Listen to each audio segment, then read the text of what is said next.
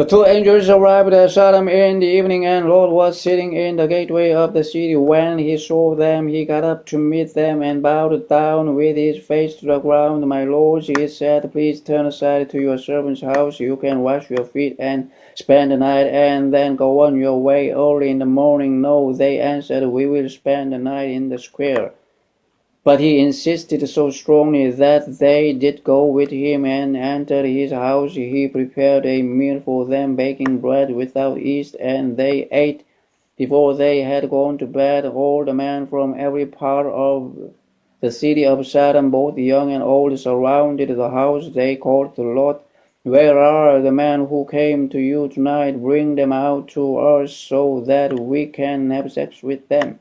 Lot went outside to meet them and shut the door behind him and said, no, my friends, don't do this wicked thing. Look, I have 2 daughters who have never slept with a man. Let me bring them out to you, and you can do what you like with them. But don't do anything to these men, for they have come under the protection of my roof. Get out of our way, they replied, and they said, this fellow came here as an alien, and now he wants to play the judge.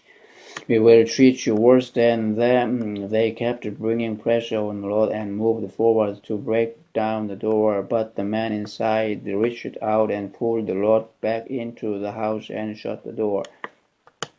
Then they struck the men who were at the door of the house, young and old, with blindness, so that they could not find the door. The 2 men said to Lot, do you have anyone else here, sons-in-law, sons or daughters, or anyone else in the city who belongs to you? Get them out of here, because we are going to destroy this place. The outcry to the Lord against its people is so great that he has sent us to destroy it. So Lot went out and spoke to his sons-in-law who were pledged to marry his daughters. He said, hurry and get out of this place, because the Lord is about to destroy the city. But his sons-in-law thought he was joking. With the coming of the dawn, the angels urged Lot, saying, hurry, take your wife and your 2 daughters who are here, or you will be swept away when the city is punished. When he hesitated, the man grasped his hands and the hands of his wife and of his 2 daughters and led them safely out of the city, for the Lord was merciful to them as soon as they had brought them out. One of them said, flee for your lives, don't look back, and don't stop anywhere in the plain. Flee to the mountains, or you will be swept away.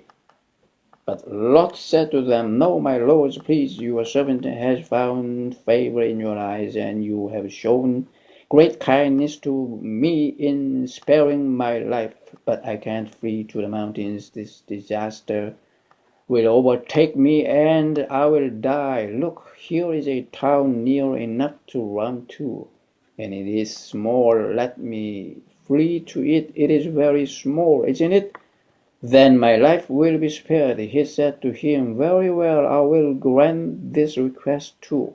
I will not overthrow the town you speak of, but flee there quickly, because I cannot do anything until you reach it. That is why the town was called Zoar. By the time Lot reached Zoar, the sun had risen over the land. Then the Lord rained down burning sulfur on Sodom and Gomorrah from the Lord out of the heavens. Thus he overthrew those cities and the entire plain, including all those living in the cities and also the vegetation in the land. But Lot's wife looked back, and she became a pillar of salt. Early the next morning Abraham got up and returned to the place where he had stood before the Lord.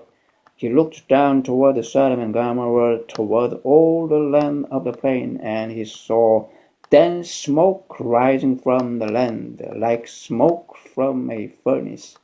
So when God destroyed the cities of the plain, he remembered Abraham, and he brought Lot out of the catastrophe that overthrew the cities where Lot had lived. Lot and his 2 daughters left Zoar and settled in the mountains, for he was afraid to stay in Zoar.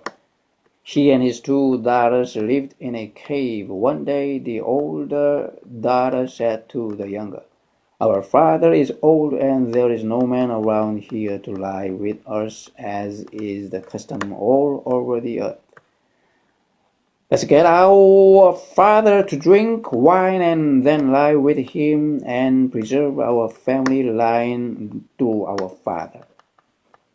That night they got their father to drink wine, and the older daughter went in and lay with him. He was not aware of it when she lay down or when she got up. The next day the older daughter said to the younger, "Last night I lay with my father. Let's get him to drink wine again tonight, and you go in and lie with him so we can preserve our family line through our father." So they got their father to drink wine that night also, and the younger daughter went and lay with him again. He was not aware of it when she lay down or when she got up. So both of Lot's daughters became pregnant by their father. The older daughter had a son, and she named him Moab. He is the father of the Moabites of today. The younger daughter also had a son, and she named him Ben-Ammi. He is the father of the Ammonites of today.